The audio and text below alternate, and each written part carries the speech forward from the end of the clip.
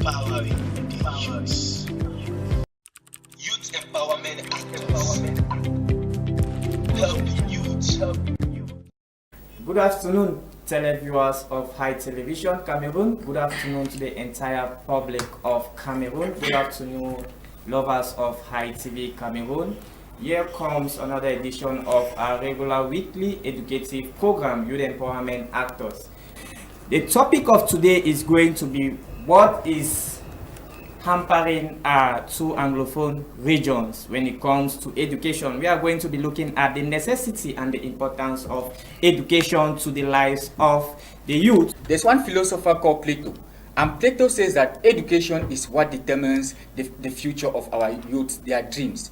And one side philosophy also, Jean-Jacques Rousseau, says that what? People are not empty vases, but they have inborn knowledge in them. And if our youths are out there and they are not going to school, it will hamper them. So if we are talking about education here, we should see it in different perspectives. There's informal education, there's formal education, and we'll be hampering here on formal education that takes place in the school, where children school and acquire knowledge, skills, and abilities and values that enhance their capacities for a brighter future. Thank you very much. Butum Emmanuel, how can we talk about education where youths are displacing, students are displacing? Back in the days, we used to heard of rural exodus, but today people are calling it mass exodus. So what can you tell us for your own intro? Thank you very much, Mr. CEO. I think that education is a very important tool which every student or every youth must pass through to get or to acquire skills, knowledge, and values. It is a very, very important thing. If today students are not able to be in school or they are not there to acquire these skills, values, then the future is not having a path. But the future should lie on those students who are in school and those who have given up themselves to be able to acquire those skills, values, and attitudes which must be important to themselves and which will help them to build and develop the society in which they are. Those students who are outside there, those who do not, like you were talking, you were talking of mass exodus and not raw exodus. Today, almost everyone is running away from Boya. You find parents carrying their kids, everyone is running away out. I want to tell them outside there that it's going to be very funny. You are going to see cases where the day they think that whatsoever will happen will not even happen. I am just advising my brothers and sisters who are outside there that tell your parents the core issue here is to stay indoors, be in your home, and don't hesitate when you see that it's possible to go to school, you rush to school. If you see that your security is not guaranteed, don't go, but be in school and have that will and desire to learn. You are welcome, Robert. Thank you so much, Dambe. I'm very delighted to be here once again. I've discussed on the pertinent topic, and one of the striking issues that is affecting our country today, the issue of education, especially through English-speaking regions of our country. And we were talking about the necessity and importance of education in the lives of young people. Like Prof. earlier said, that there are different forms of education, like the formal education, informal education, and the non-formal education. And the informal education is that we should sit in the confinement of a classroom to acquire knowledge, to be tutored. You have somebody like a tutor or teacher to impact this knowledge or to facilitate the process of your learning. And the informal education is that which you learn outside the scope of the school environment, maybe at the job site, at home, personal research. So today we are going to talk about the necessity and the importance of this education. I will start by quoting one of our African icons, Nelson Mandela, who said, "Education is the most powerful tool with which one can use in changing the world." Like you are seeing now, to see the importance of this, you see our parents, because of the social unrest in our regions, parents are doing everything possible to transport their children from here to where it is more safer for them to acquire knowledge, because they have realized that education is the only thing and the most important asset that they can pass to their children.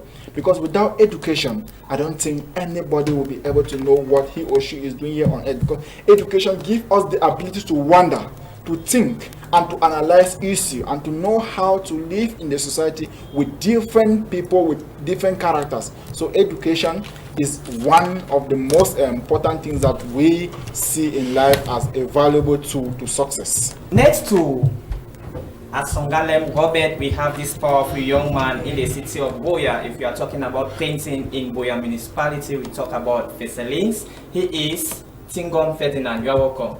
Thank you, Henry. Thank you, televiewers of High TV. I'm happy to be here today, and I believe we have a lot to share in the domain of education. Like my colleagues said, education plays a central role in the lives of every individual, and especially the youth, because if you are not educated, especially in the modern day of today, then you are missing out a lot of things, and your potentials cannot be well harnessed to give you the best that you can ever be. So that's just what I can say for now. Why should we talk about the necessity and the importance of education where the atmosphere is not enabling? Taking into consideration that you are a student and you are a pedagogue, putting it to your place, will you advise your junior ones to go to school in such an atmosphere? I think that I don't even need to think. Education is the core in our society. If students are not in school, if youths, if children are not sent to school, then we are building a blind future. Education opens our minds, opens the minds of students, of children, which we are building in our society. There is no society that is not building or hoping to build a very powerful future ahead. So those children who are home, they must be able and aspire to go to school. Parents must be able to send them to school for them to acquire those skills, those values which our society needs. They do not only need it for our society, but they need it for themselves too, to build themselves and to help develop the society at large. All right, let me go to Robert. Robert, as the author of this topic, why do you think education is necessary at this particular time where the atmosphere is so unstable? You advise children to go to school where you see military men guarding the campus, you see military men shooting left and right. How stable can the mind of the learner be in class? Well, I would like to draw you back to the context of this topic. It says the necessity and importance of education in the lives of young people, not the necessity and importance of school in the lives of young people. Yes, because not everybody that goes to school even get educated. Because some people go to school and at the end of the day they're not even educated. So what of education? We're talking about an environment, a system where you get knowledge, reasonable knowledge that can help you enhance or harness into the future. So I want to remind us that education is a human right. It's a human right, and it is an inalienable right. It's a right that nobody can take it away from you, only death.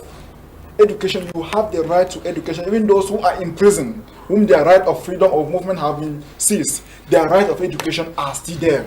So education is a human right, and everybody in the world wants to be educated. And I would like to quote first one of our African icons who was once been the Secretary General of the United Nations, Kofi Annan, who says, "Knowledge is power. Information is liberating. Education is the promise of progress in every society and in every family." So education is power, and knowledge is liberating. Without education, my brother, we are building a society of illiterates, and that is not what we want for our country. So whether the atmosphere is safe or not safe, everybody has the opportunity to go to school, whether in the house or in school. Okay, before I go to the psychologists, we said without education we are building a society of illiterate. Can you be educated without schooling?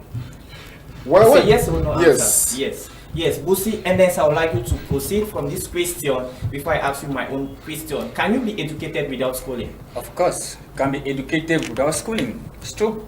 Okay, thank you very much, Busi Ernest. We are blessed that you are a psychologist in the house. As a psychologist, and we have learned in education that if you must learn, you must be ready, you must have the interest, and your mind must be at peace. Do you think we have those prerequisites as we are talking now? That's a very nice question, Tande. I must tell you, I will differ a bit with my brother there that for learning to take place, there must be a stimulating environment. The environment must be enabling and secure, because you are talking about mental readiness. Our learners must be mentally ready. How should they be mentally ready? you must be psychologically ready, meaning that you must be, the willingness must come from within. And you must also have what they call socio-emotional readiness. If you don't have that socio-emotional readiness, you can't be ready for schooling. So the environment is very important for readiness, for schooling. And I want to say there's one American figure that said, Martin Luther said that what? For proper learning to take place, it is very important that the minds of our learners must be ready, and education is not only for them to acquire intelligence, but there must be that what he calls moral development, because education goes with what he calls moral development. And yeah, I want to say that as a scholar and a psychologist, for proper learning to take place, you must be psychologically ready. That is psychologically readiness, meaning that our youths cannot go to school when they are not psychologically ready. And Albert Einstein says that what? Education is a tool that brings about intellectual growth.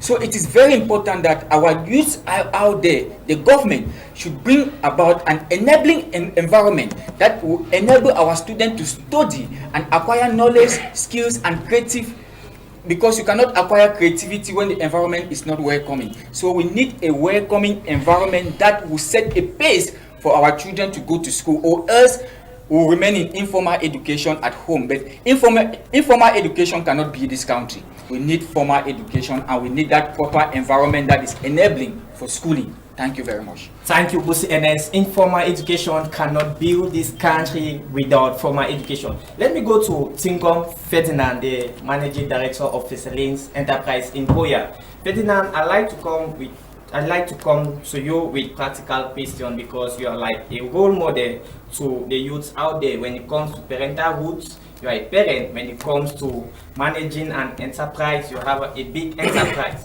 So I want to find out from you, as a youth, will you advise at this time that we should consider formal education, that is schooling, parts of education, or if you can be put in a position to make a decision or to advise a lot of parents out there who are confused, what will you advise? Will you advise a home-based education, or the informal education, or non-formal, that going to church is still education?